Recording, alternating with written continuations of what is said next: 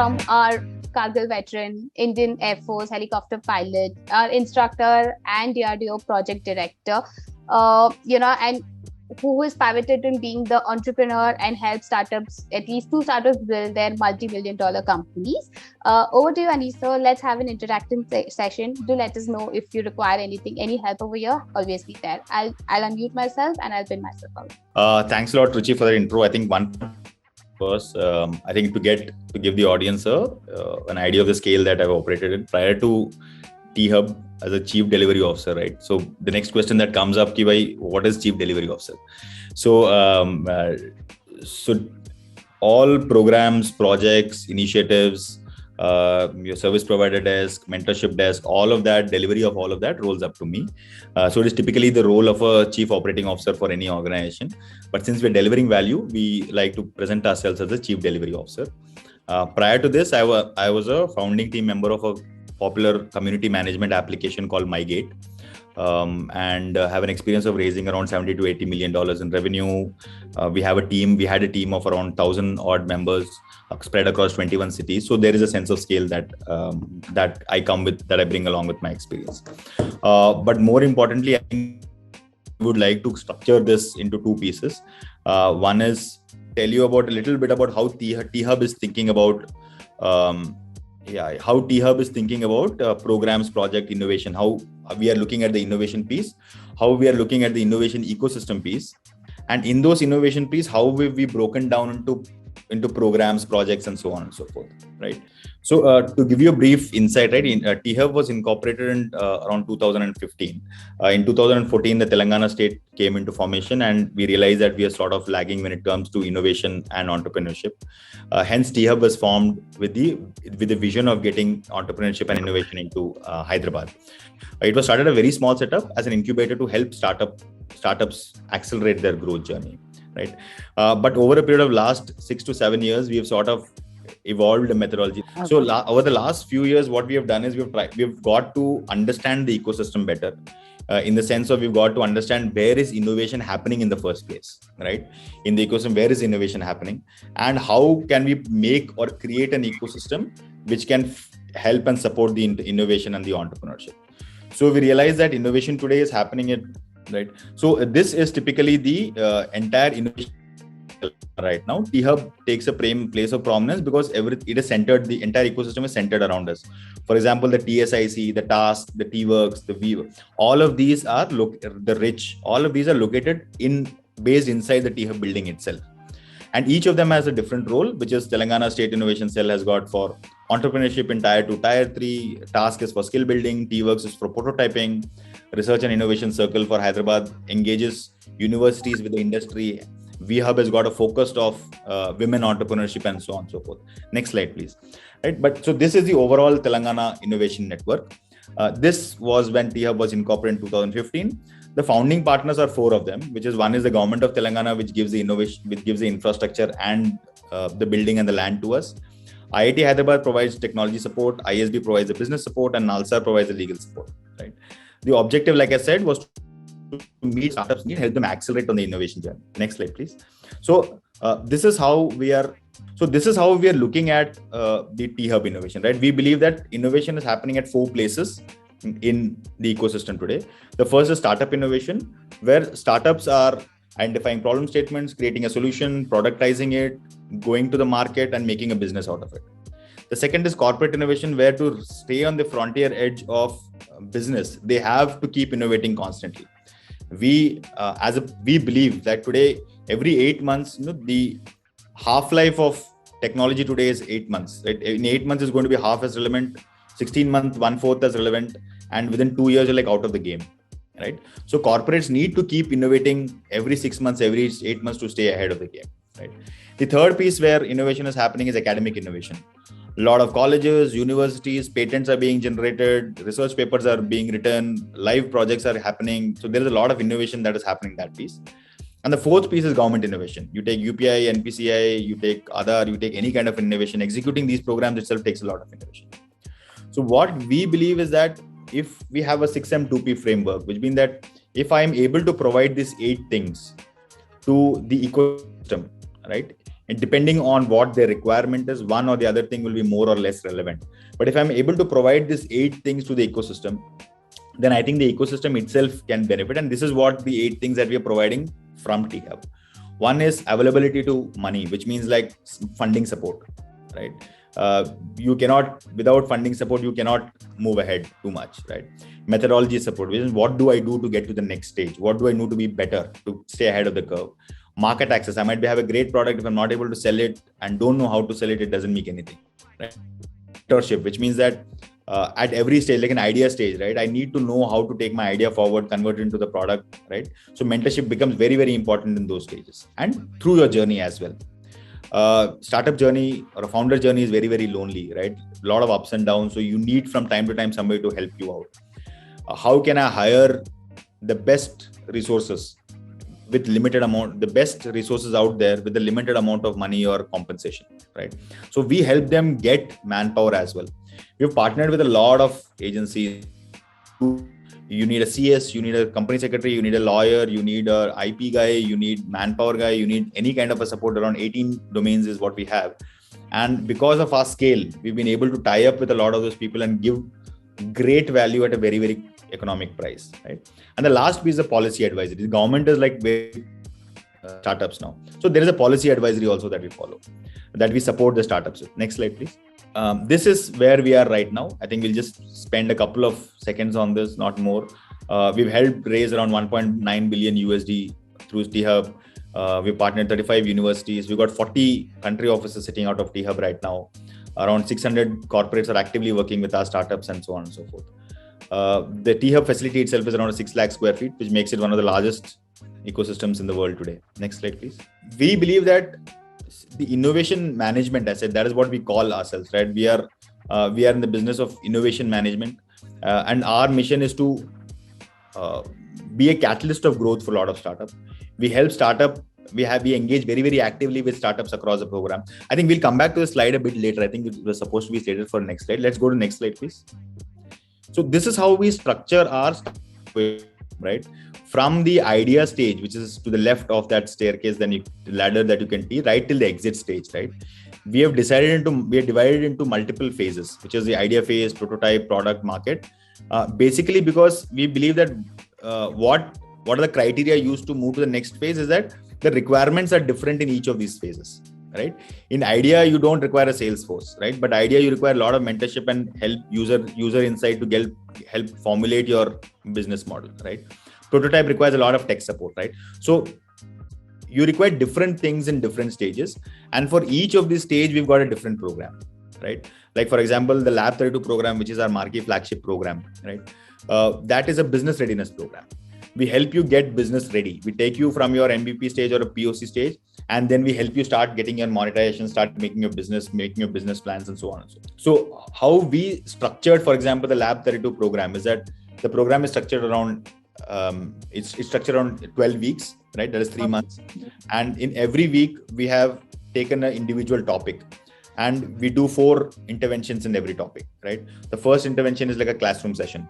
So if there is a price negotiation topic, what we want to cover, then we call Professor Chaudhary from ISB, and he gives a price negotiation sort of a lecture.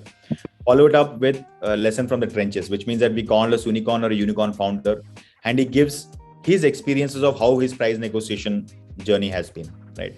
Then we align with a mentor or a consultant who sits along with you and helps you in how to set up your pricing model, right?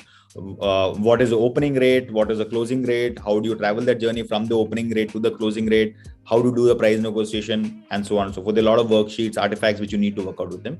And then there is an office hours where you consolidate the whole thing, and then your pricing strategy, price negotiation, all of that is fixed, right? And then you move on to the next stage. So we do like this topic by topic. And so by the end of that, right, we know that all of these use cases are catered for. What we also simultaneously do is that we have our own engagement format, right? We try to analyze, we try to drive engagement in the program. We understand that startup founders have limited time, right? And hence they do not give adequate importance to being a part or running or engaging with the the program as such, right? So what we do is we give a weightage to every type of engagement, which is how many classes you've attended, how many workshops you've attended, how many artifacts you've filled, how many office hours sessions have you attended and interacted with the team, and so on and so forth. And then we bucket them into 3 parts: green, amber, and red, right? Now, what we have realized that our framework is so strong that all the startups in the green bucket, typically they see a 400% growth from the beginning of the cohort to the end of the cohort, which is not as good for the amber bucket and which is least for the red bucket. So we go back and tell the startups, ki, boss, you know what? Everybody in the green bucket has seen this kind of increase in revenue. All of them have received at least two term sheets each, right? So if you're not in the green bucket, which is a pure function of your engagement, right, with us, then please do not, and don't come back to me and say that this thing has not been helpful to me. The program has not been helpful to me, right? So while you're designing a program, please ensure to lay a lot of emphasis on how engaging the program is it for the startup and for the founder, right? Inherently, founders are always short on time, right?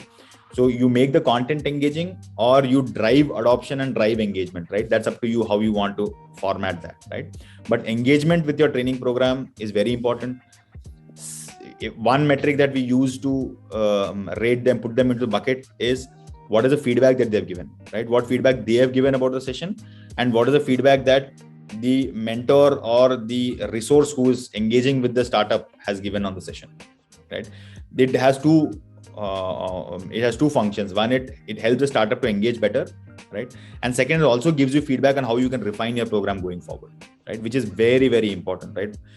Today, we have an acceptance rate around 3.8% for our Lab 32 program, right? So that is the kind of acceptance rate that we have right now, right? Fundamentally, because that is the kind of value that we're able to generate. And we have refined our processes and the program over a period of time with these kind of that is the kind of value that we are creating. Next slide, please. So the next piece is corporate innovation. For corporate innovation, what we realize that most corporates are not very aware of how to run an innovation cell, right? It is more of a department that they have created. The mechanics of running the department, the mechanics of running the cell, that is slightly vague for them, right? What we try and do is we try and crystallize those plans for them. We create a roadmap for them, how your innovation cells should be working. We train them on how the innovation, who are the leaders in your innovation cell, right? And how they should be thinking, how the organization should be thinking innovation, right? And then we take their problem statements, we throw it out as a challenge. And obviously, corporate innovation is not a very new theme. It's a very old theme. All of us know about how corporate innovation goes. But what is important is that we have almost 95-96% of a repeat business rate on this, right? So that is the kind of delivery that we're trying on corporate business. We've engaged with almost around 600 startups is what we've engaged with us with the corporates. So this is what we're doing. This is what we're doing for universities. We have a university training program, which what we do is we are trying to change the mindset from a job seeker to a job creator. So we go to a university, we set up an incubator cell inside the university. We train their faculty members or all the university management team, the incubation management team. And then we run a couple of cohorts and then we build, operate and transfer it to them, right? It's a BOT model. We run a couple of cohorts and we then transfer to them. So that is a different challenge. That is a different model in itself. How do I run that program? It's a 9-month program broken up into 4 or 5 modules. How do I incentivize the students to take up innovation? How do I incentivize the lecturers for whom it's an additional job? How do I have a psychometric test, for example, to identify the right kind of instructors who are keen on innovating, who are keen on to the innovation ecosystem, and then we sort of run a program for them, right? There is how do you motivate the students? By certification, by running a challenge, by running a competition, and so on and so forth. So we are running with around 35 colleges right now, our programs. We are helping them change that mindset from job seeker to job creator. Second, we also run niche courses. Like, for example, you got a course which is running on EV program or EV program. A lot of jobs are going to come up in the EV sector right now. So if the students, how ready are the students to undergo that kind of program if they want to sit in that job interview, right? How relevant will they be? So we run certain niche programs. We also know that a lot of universities are sitting on patents, right? How do you take it to market? How do you take those, how you from an innovation, how do you take it to entrepreneurship, which is creating a business out of those startups? This is the next piece that we're doing. The next one, please. We also support the government in a lot of programs. For example, T-Hub runs the Atal Innovation Cell out of its campus here right now. It's just about a year old. We've curated around 38 startups as a part of the Atal Innovation Program. We provide seating capacity for almost 120 startups as a part of the innovation program. We have got around 25 local government. We've taken mobility, e-commerce, sustainability, and semiconductors as the program. We understand that semiconductors is a very, very niche area. So we're running India's first semiconductor cohort. We've got IISc, IIT, all of them contributing, Departments of Tools Technology, all of them contributing towards the program, right? And this is the sort of, we assess, we sensitize, we engage with them, we develop a plan for these. We do a performance tracking of all of this startup, and then the future strategy of where it is going to go, the programs. We are also moving to the space of an incubator of incubators, which means that how we are already setting up an incubator for the Orissa government, for the Goa government. We might be setting up incubators for Bangladesh government and for Kazakhstan government. So we are sort of becoming an incubator of incubator in that space. Next slide, please. We are doing also international programs where we see that there is a lot of demand for India market access because of the size, scale, affordability now that is coming into the Indian diaspora. Lot of foreign companies want to have Indian market access. So we have a soft landing program for them as well, how they can soft land into India and take a product. Also, what we do is our startups, when they go across, right, how do we add value for them, right? How do we help them soft land in the other place? Right? We believe that startups want to come to India and go out of India for two things. One is access to new markets, and second is access to new technologies, right? Things like how UPI is being utilized, right? That is a pretty good use case for other countries, a lot of countries to pick up from, right? So there's a lot of work we are doing on the international front as well. So I think I've finished my last couple of slides. I think this has come to the meat of the matter. I think time for me to introduce Raghu here. Next slide, please. So I think time to introduce Raghu here. Raghu heads all our program delivery piece. I think all the projects roll up to Raghu from the program piece. So Vanya, if I can request you to unmute Raghu, who's also on this call right now, and Raghu can run you through the relevance of programs and the best practices that we follow in T-Hub for program management. Sure. I think he can unmute himself. If he can't, then Raghu, let me know. Am I audible? Yes. Yeah. Thank you, Anish. Thank you so much, and good evening to everybody on the call.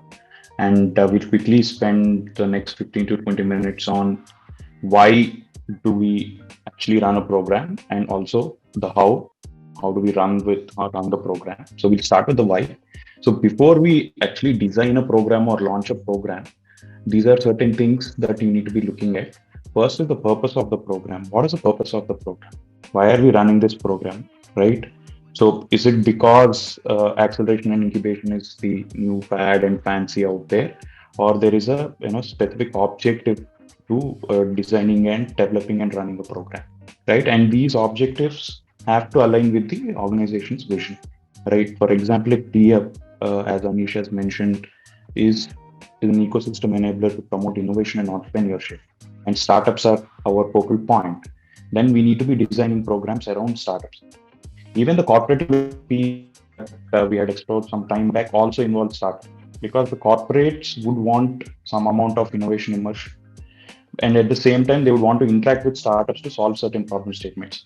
And it is not just restricted to problem statement solving or matching, but they would also want to understand how the innovation frameworks and methodologies are being developed, right?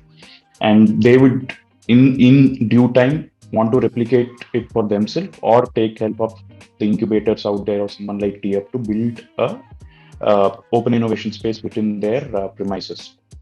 So the purpose of the program is very important. We have multiple accelerators out there. You have retail tech accelerators, you have fintech accelerators, you have SaaS accelerators, you have sector agnostic accelerators. And so what is the purpose of running this, running a program is very important. And the next bit is the areas of focus, like I said. So what we cannot spread ourselves too thin.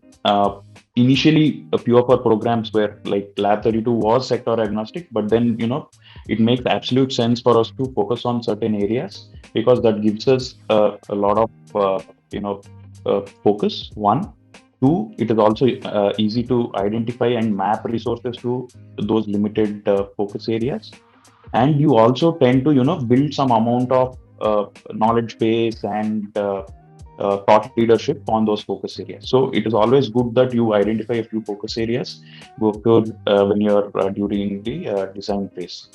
And then next comes the frequency. How often are you running this? Different programs are different. Like let's take the example of running a incubation program for hardware startups. The gestation period is very long, right? It might take around 12 to 18 months also to see the light of the day for a lot of hardware startups. But if you take a program that is run specifically for software startups without any hardware angle, then the frequency or the duration might be very different. So you can run a 3-month accelerator program. Duration is one part, and the frequency. If you're running a 3-month accelerator, in a year you can maximum run 3 cohorts. With some cooling period in between, because you're getting feedback from the previous cohort, and then you need some time to iterate and refine the gaps, right? So the duration of the program and then the frequency of the program. So it again depends on what the outcomes are. So you just don't run programs because we have time and we are getting a lot of startups, right? So we really want to create some amount of outcomes for these startups. So Lab 32 or T-Angel, these programs were initially for 12 weeks, and then we realized that maybe we could add 4 more weeks just for the sake of outcomes. So the duration of the program is absolutely crucial, and then the duration of the program will ultimately define how frequently are you running these programs, and also create better outcomes for the cohort members. And then frameworks and methodologies. You will have to develop certain amount of kind of an intellectual property for the program. You need to have certain methodologies that are very unique to the program, and this is very important during the design phase, because once you understand the purpose, objectives, and the areas of focus, you will know what are the frameworks and methodologies that you would have to implement for the best outcomes for the cohort startups. And these frameworks and methodologies need not necessarily be something that is built from scratch. There are a lot of frameworks out there that you can take inspiration from, but frameworks will definitely give you a linear way to create those outcomes for the cohort members. And absolutely, accelerator and incubator economics are brutal, and we have seen a lot of foreign accelerators which try to enter India, and then they could not really do the unit economics and moved out. And so the economics part is really crucial, and what is the way for you to earn revenue on the program is very important, right? Are you charging program fee, or you're taking some equity in the company, or you're giving them some upfront investment once they get into the program, and then on demo day you're going to charge some success fee on the investment made by your network of investors, and so on, is very important. And we cannot play an instant gratification game on startup acceleration and incubation programs.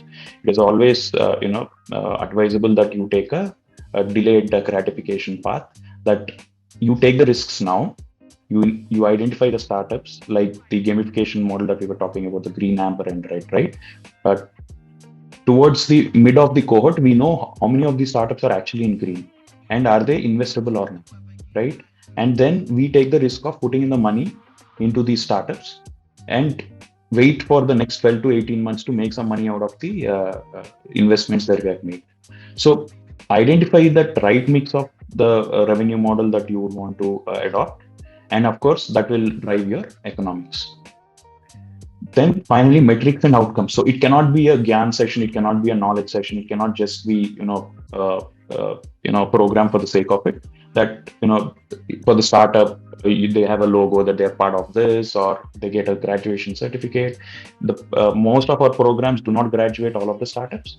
We only graduate the startups that are in the green zone, and everybody else just gets a participation certificate. And so we are very strict about that. And some of the startups, if they're not performing really well, we also have a mandate to move them out of the program, because it just creates a certain amount of a toxic culture among the cohort members.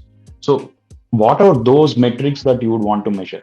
right? So for a market readiness program, the metrics that you might measure are monthly recurring revenues, what are their burn rates, what is their sales funnel like, how many hot leads are out there, what are the POs that they have in hand. And if you look at a investment program, then you look at how many term sheets are the startups getting, is the due diligence right, are their financial projections on path, and things like these. So every program based on its purpose and objective will have different kinds of metrics, and the outcomes have to be really clear. We are clear about our outcomes. It is prototype readiness for a certain program, or it could be a market readiness, or it could be validation for scale and things like that. So the outcomes have to be super clear, and these outcomes obviously will cascade down from your purpose and objectives. Done. It's 3 months, and some of them have graduated. What now? So most programs out there really, do not try to engage with the startups once they graduate out of the program. We are very particular about engaging with those top 20% of startups from across our programs, projects, and initiatives.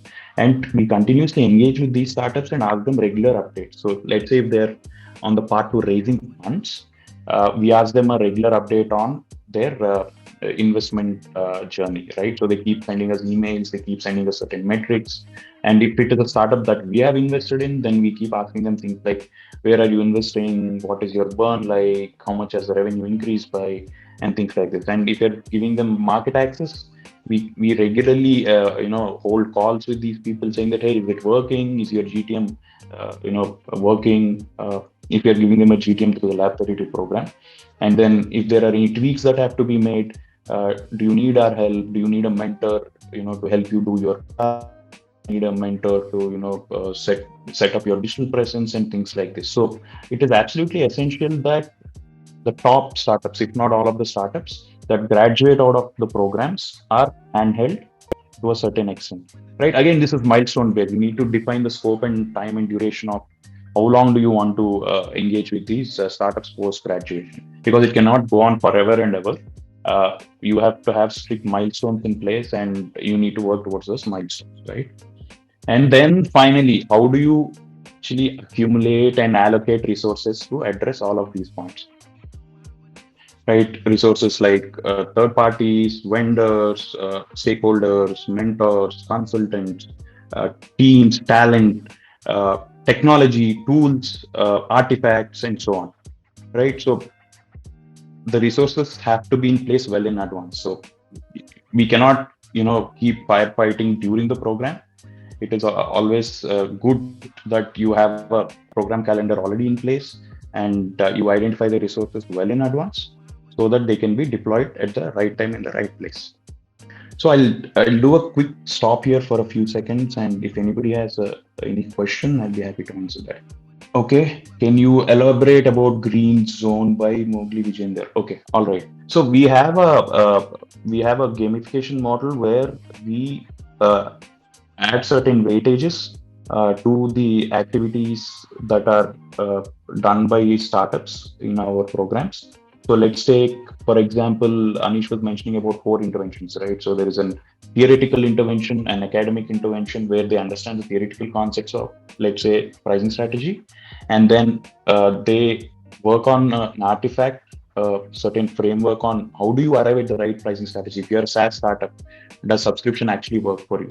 Or is competitive pricing going to work for you? Or are you going to follow a freemium model and things like that? And they need to go back, work on this exercise, and take the document to the consultant.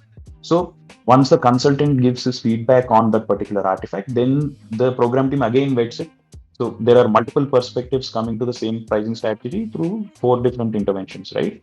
Let's say a startup has completed all 4 of these successfully on time. There is certain weightage that is allocated to their performance.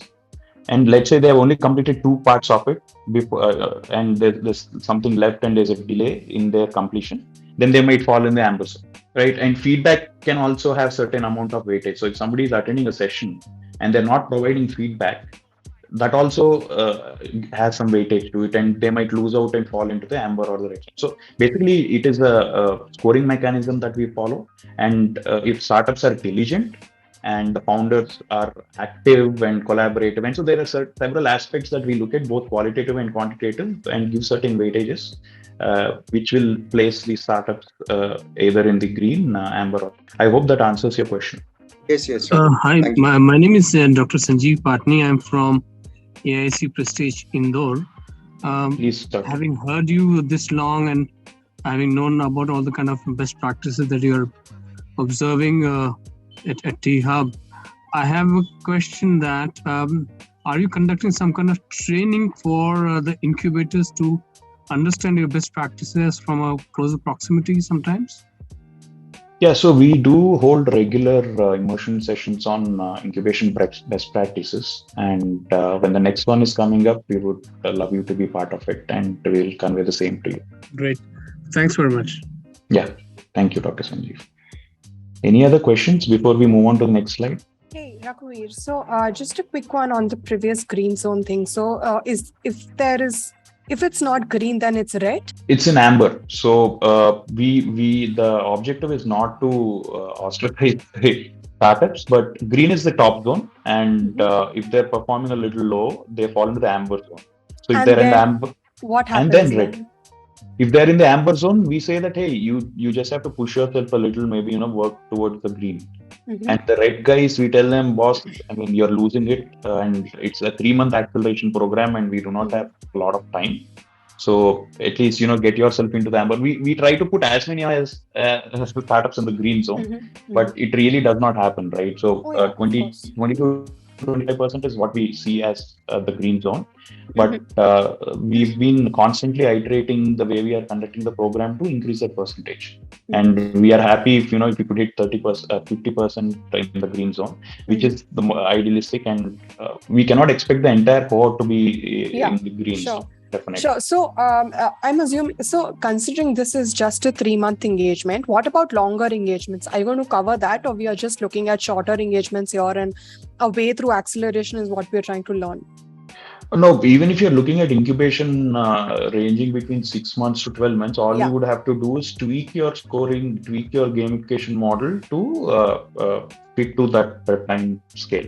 That's it. So we're not just talking about acceleration, we're also talking about incubation. So I was also mentioning the hardware startup, which would require 12 to 18 months, right? And that is product dev. And maybe you could score them on the technology readiness level, right? So but that's very specific to you talking about hardware. But what about non-hardware startups who would need, let's say, intervention for more than 3 months? And we would like to, work with them for more than 6 months, making sure they grow their businesses. So how much do you actually push startups from red to amber and to green? Also, because you've also talked about post graduation engagement, right? So how much does that work out, and how much of your efforts and your team efforts go into that? So the postgraduate engagement is restricted to the green zone, and we really do not work with the red zone startups post graduation. Of course, they don't graduate; they're just participants of the program. But see, if they're constantly in red, then that means something is wrong with the startup, or the founders are not active enough. So do you work with founders, break down their entrepreneurial mindsets and skills? Yes, do you do that? Yes, we have specific sessions on founders mindset, and we also do have one-on-one sessions with the founders. The program team will have one-on-one session with the founders. We do ask them a lot of personal questions and why they're not contributing to the program, or why they're not able to spend time. Because the general notion is that people think an acceleration or an incubation program is like an academic program, and it's different from their business. Right? We specifically tell them during the launch itself, saying that, boys, this is your business, and you are investing time in the program for the sake of your business. You cannot say that you have a sales call and miss a crucial meeting with a mentor, right? So do you have cues and tests that you keep when you do these mindset one-on-ones? Or we do follow certain methodologies. We have Gallup assessments that we do. And then we do ask them a lot of behavioral and psychological questions. And so on. Yeah. So Thanks, it is a Raghu. constant Yeah, endeavor, okay. and Yeah, some got it. of them are very receptive, and we do keep reminding them that we are only as good as them, and only we can help you if you can help us. So some of the founders would not want to share certain information Mhm. in place, right? So they give us certain business metrics, and some of them are not really on time, and we tell them it is really important that you give us these metrics on time. It's really important that you open up, Mhm. and we do our best to break those psychological barriers that startup founders might have. Okay. Okay. Thanks, Raghu. Yeah, you're welcome. Anybody else, or should I go ahead with the best practices? Raghavit, so Vijender here. So you Yeah. said like green zone and like can you like can you give some indicators of like your best what is the best green business looks like? They submit everything on like in time and everything. Like can you give some pointers around it? Yeah, so it could be attendance, it could be submitting the documentation on time, it could be as simple as RSVPing to mentor meetings, because most founders not even RSVP to Google Calendar meets, Google Meet calendars. So we take even the minutest of details into consideration while marking them, and it is basically all the interventions have to be in place, and they would have to complete things on time is one thing, but then again, are they doing it properly? So let's say we wanted to do a market landscape artifact, and these guys, even after attending a workshop, even after talking to the program team, even after speaking to their mentor, are still unable to do their market landscaping, then there is some issue there. And we also consider such stuff when we are rating them as a green zone star. So it's a very complicated mechanism that we are trying to refine a bit and make it a little easier. Yeah. It involves a lot of qualitative and quantitative details, also how responsive the founder is, and we do keep reminding them over calls. We do keep reminding them over email that, hey, why are you in the amber zone? Why can't you move to green zone? And you missed out on certain aspects here. And is there any way we can help you expedite the process and so on? But again, the founders are all adults, right? So there is only so much that we can do, and we cannot spoon feed startup founders a lot. Of course, sir. Yeah. All right. So moving on to the best practices, intervention continuum is super important. Uh, when I say intervention continuum, somebody attended a workshop, and then the trainer has exposed them to the artifact that we have provided the trainer, and they understand how the artifact has to be worked upon, and they finish the artifact based on the input given by the trainer, and the artifact is then taken to their consultant or mentor, who again has awareness of the artifact, because we do certain orientation sessions before the program launches with all of our mentors, them certain views, and then they come to the program team again if the consultant or mentor has given them certain feedback, and they still are finding certain gaps in understanding some aspects of the artifact, and the program team closes the loop there. So it is absolutely essential that everybody involved in all of these interventions are on the same page, and that is when the maximum value comes up, right? And let's say the workshop is different, the consultant is speaking something else, and the program team is speaking something else, and the artifact has no relation to any of these three interventions, then the whole thing falls apart. So the continuum is super important, and we ensure that all of our sessions are in the sense that if we take market readiness program, they first start off with market landscape, then they try to do some competitive analysis, and then they move on to the channels. So we do not do channels first, pricing strategy first, and then go to the market landscape. We want them to be understanding these concepts and implementing them in real time, not just doing an artifact or a document, but also going back, implementing it in their business and giving us feedback of whether it is working or not. So if there is no continuous loop among all of these various aspects of your program, then it will fall apart. The outcomes for the startups will fall apart, and the program's effectiveness will go down. So it is absolutely essential that you try to put a thread through all of the pearls of the program, which is your various interventions, right? So And that's what I wanted to convey by saying intervention continue.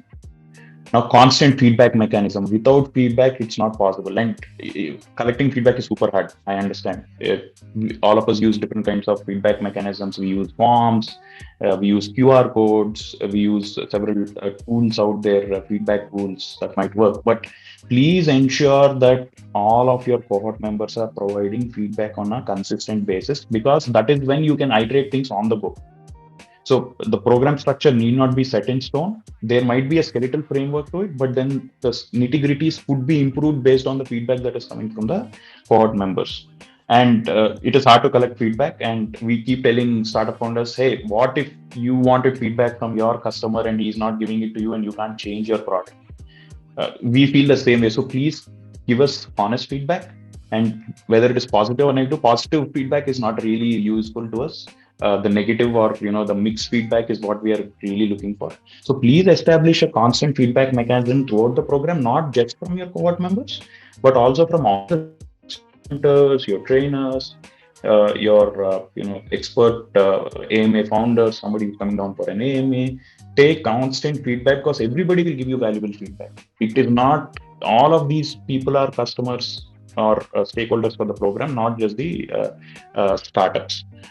In the process of the day-to-day ops of the program, we keep forgetting that there are a lot of other people that we need to collect feedback. So please establish a constant feedback loop and ensure that all of the stakeholders are giving feedback.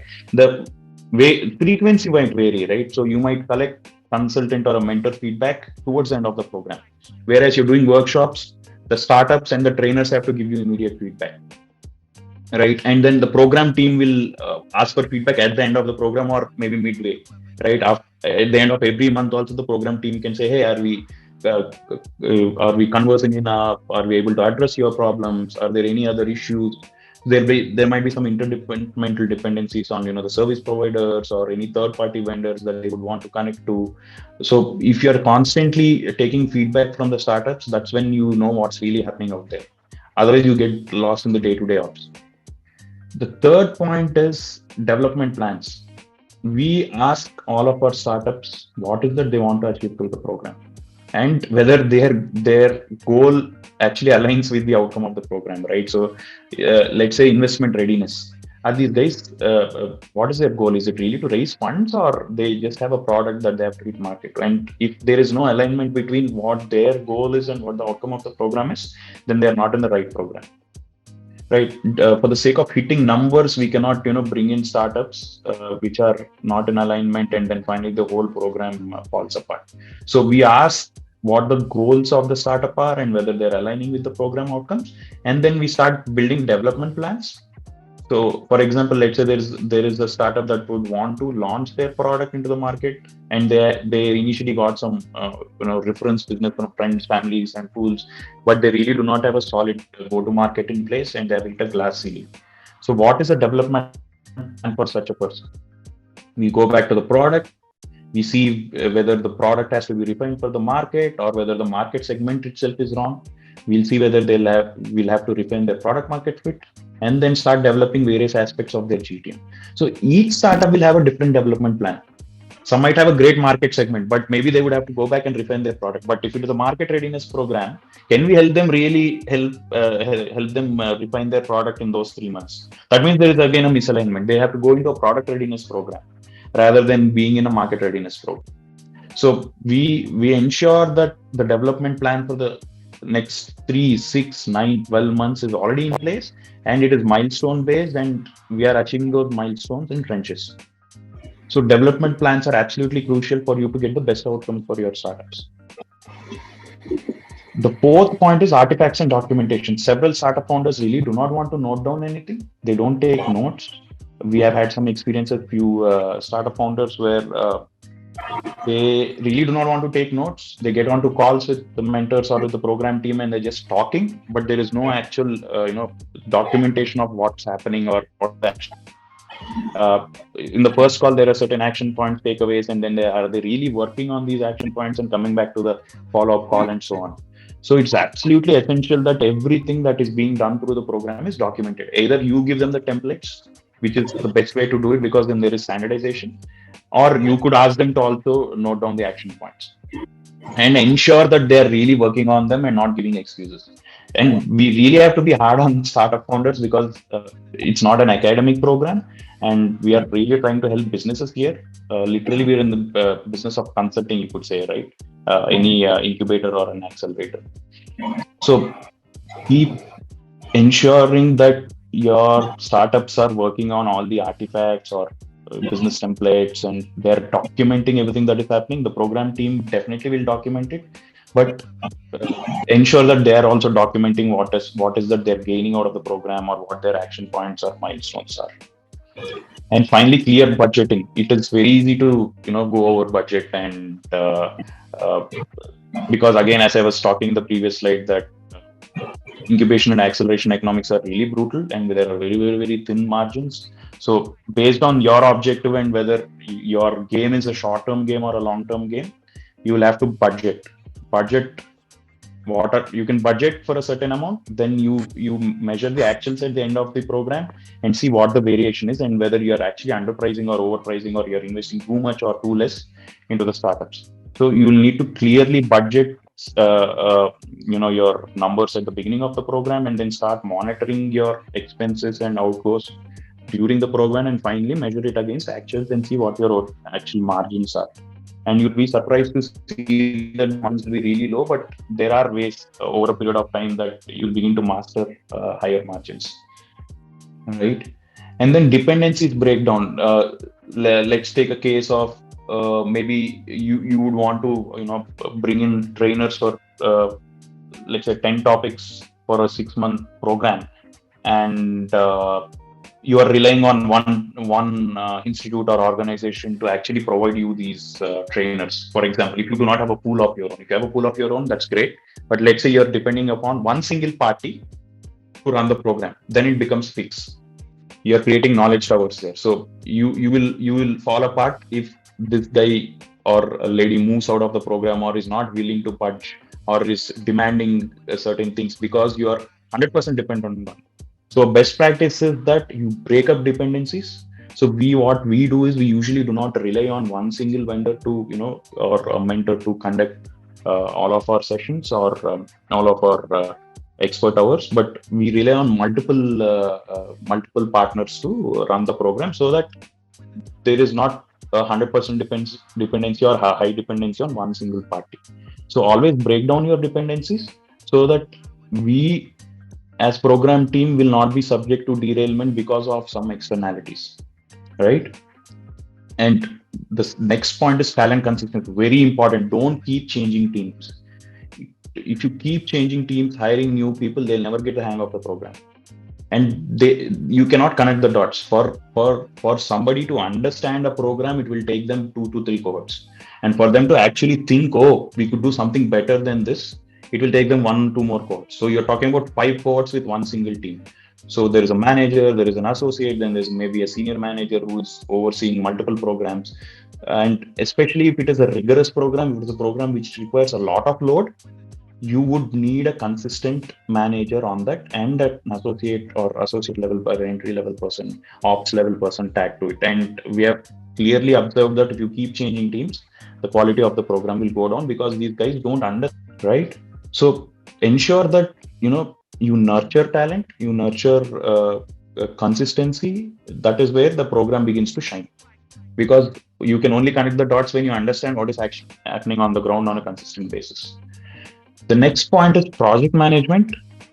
Please use a project management tool and put in all your milestones and tasks related to the program there. And this will help you actually, monitor time, the resource load, why there is a deviation, and you can automate a lot of things and then spend time on strategy and program design, right? Otherwise, you're lost in ops. You'll be maintaining multiple Excel sheets, you're lost, the data is scattered, and you don't have things on your fingertips, and there is no dashboard where you can actually see what's happening with the program, how many of the startups have progressed to the program, and things like that. So it is clear project management, and automating this will, trust me, save a lot of time and effort, and you can actually work on improving the program and creating better outcomes for startups. The next part is cross-pollination.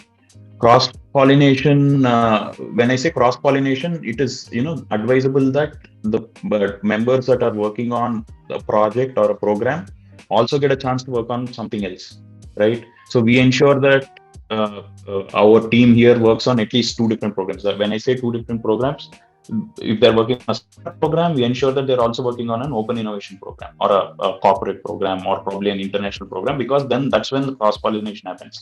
They take best practices from the startup programs into the corporate programs and vice versa. And it can be as simple as, a tool, or it could be as simple as maybe an artifact that just springs up in your head and like, hey, I can use this for the startup program, or I can use this for the corporate program, or within startup programs, maybe, hey, I could use this best practice from the investment readiness program for the scale program, and so on.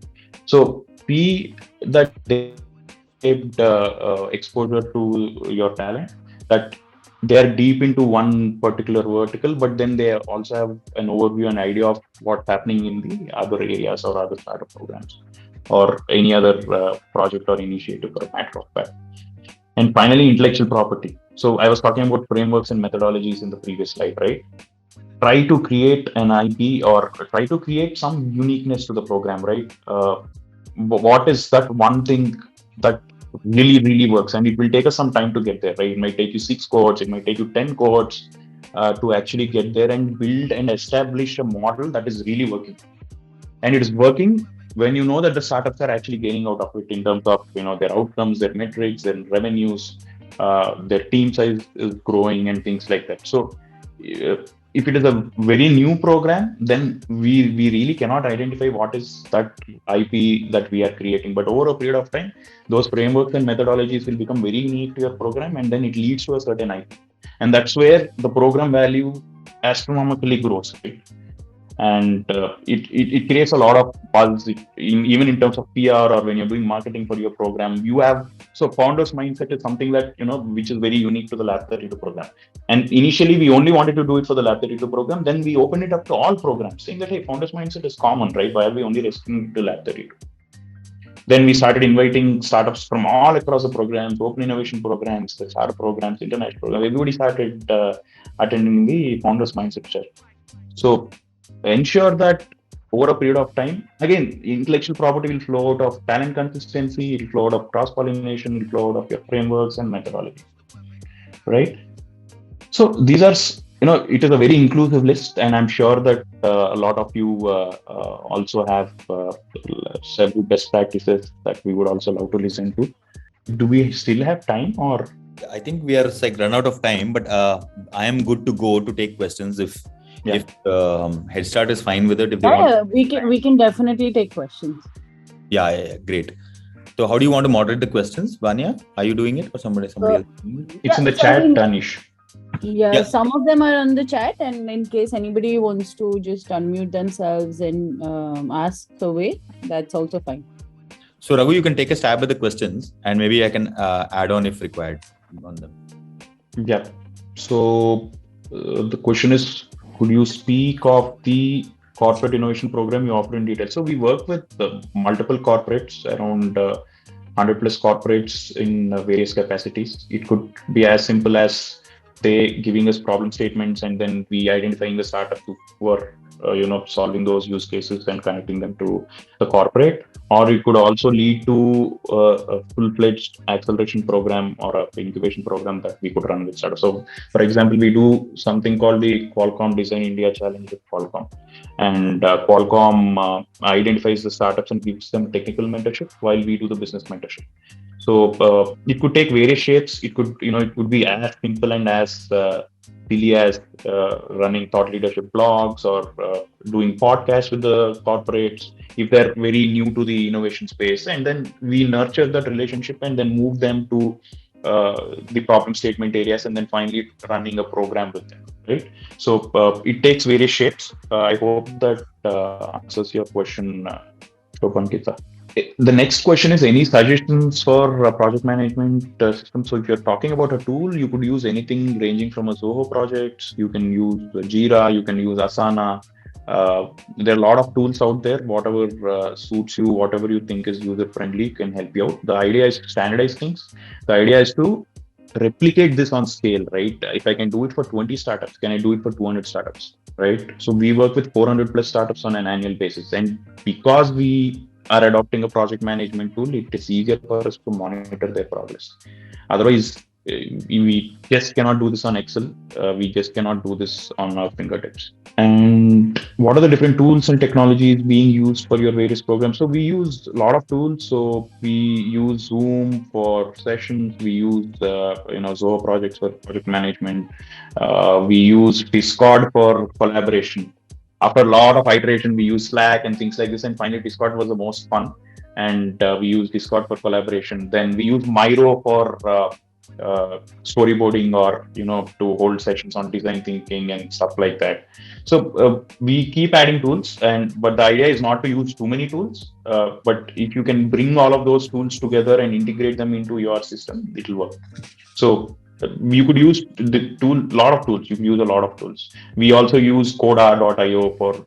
Sometimes we just don't use decks in our sessions. We just get onto coda.io and start making it super interactive. Everybody is on coda.io and their cursors are moving around, and we are co-creating and co-learning the session on the go, right? So whatever meets the objectives and outcomes of your program, all those tools can be used. But don't use too many tools that it becomes a operational and administrative. Yeah, I think if I can add on here, I think please try and identify tools which are specific to your program, right? There's no general thumb rule ki this tool solves all problems, right? We have had to make a lot of iterations to our own tools. We had gone back to the vendor and telling, bhai, mere ko ye nahi chahiye, mere ko ye chahiye, right? And that is when we arrive to something which serves our purpose, right? We might not be already 100% here. Very fact that we are using more than one tool means that there is no one tool to run everything. But after running 9 cohorts, right? And each cohort is 3 months each, 3 plus 1, 4 months each, right? We have sort of come down and we are narrowing it down to our requirements, and we ask him to make changes and stuff like that. So I think there is no one size fits all solution for this. But like Raghu said, these are some of the platforms you might want to explore to solve your requirements or the needs for the objectives of your program. Anish, you want to pick that up? What are your different revenue streams? Yeah, I think so. We run. Most of it are paid. I think if I have to go from the startup innovation piece, right? We run these cohorts, but we charge a very nominal amount, which means how do I compare it with, right? So like we are using faculty from ISB, right? One day if you spend in a training in ISB, it costs you about 1 lakh or so, right? Our 3-month program charges around 50,000 rupees, right? So and charging is also important because it brings a sense of seriousness into the startup, right? So the charging from the perspective is that, and we are a Section 8 company where we are not allowed to make more than X% of profit, which is more like a single digit, just about teens wala profit se zyada hum nahi bana sakte hain, right? So from that sense, our charging model is that it is a very nominal charging with a minor sort of a profit amount on that, but we don't do anything for free. Fundamentally because there is a level of element of seriousness which comes in when startups engage with us. Even for the corporates as well, right? We don't charge the corporates much, but we definitely do charge them for a lot of engagements, for almost all the engagements that we do. Many of the programs like the Atal Innovation Cell is running cohorts here, right? So those programs are sort of funded by the government, right? And by the government, some of it partly we take from the startups. We do not have problem getting money from the startups because one is the amount is a sweet spot, which is not too low, not too high. And secondly, also at the end of the this thing, for example, of the cohort, right? For example, we are running one cohort with Meti, right? Where we are supposed to run 8 startups and then they are supposed to raise around 40 lakh investments each, right? As a deliverable of the project, right? And then Meti will again put in 40 lakhs, right? Out of the 8 startups, 4 have already got commitments from investors and from Meti saying that we are going to put in this. And the cohort is going to start. I mean, we just shortlisted the names. Cohort is going to start next week, right? So I think if your program is strong, if you are very, very focused, like Raghu said, right? The objective has to be very clear कि ये program का objective क्या है? इसका fundraising objective है, इसका market readiness objective है, इसका product readiness objective है, इसका क्या objective है? And then you design your program on it. You will not have a shortage of people to wait to pay you program fees as such.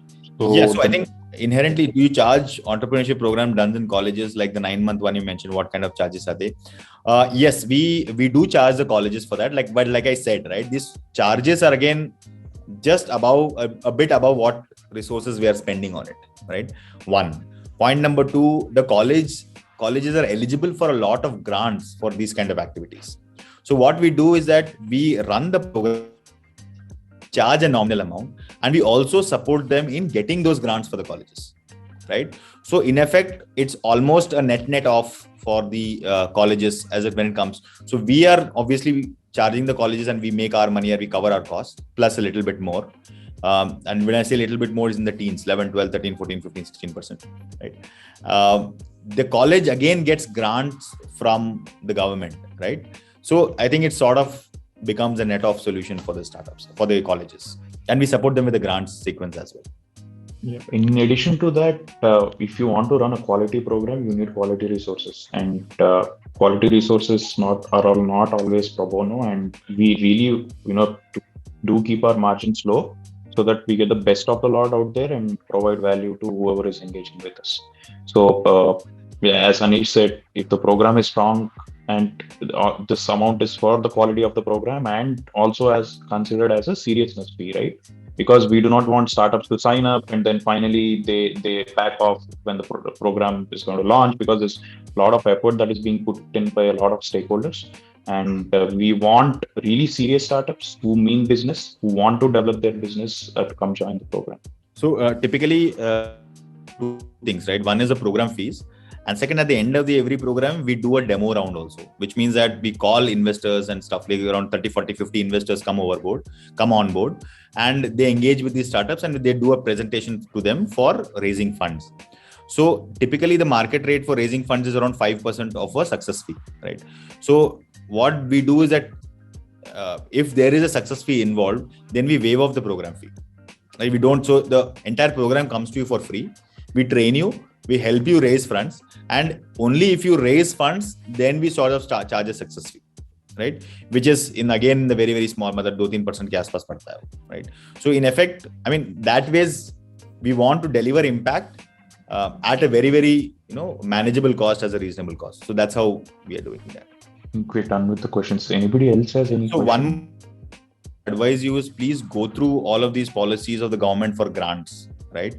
You will realize that, and you can open out those doors for your startups, saying that it'll help you price your program better, right?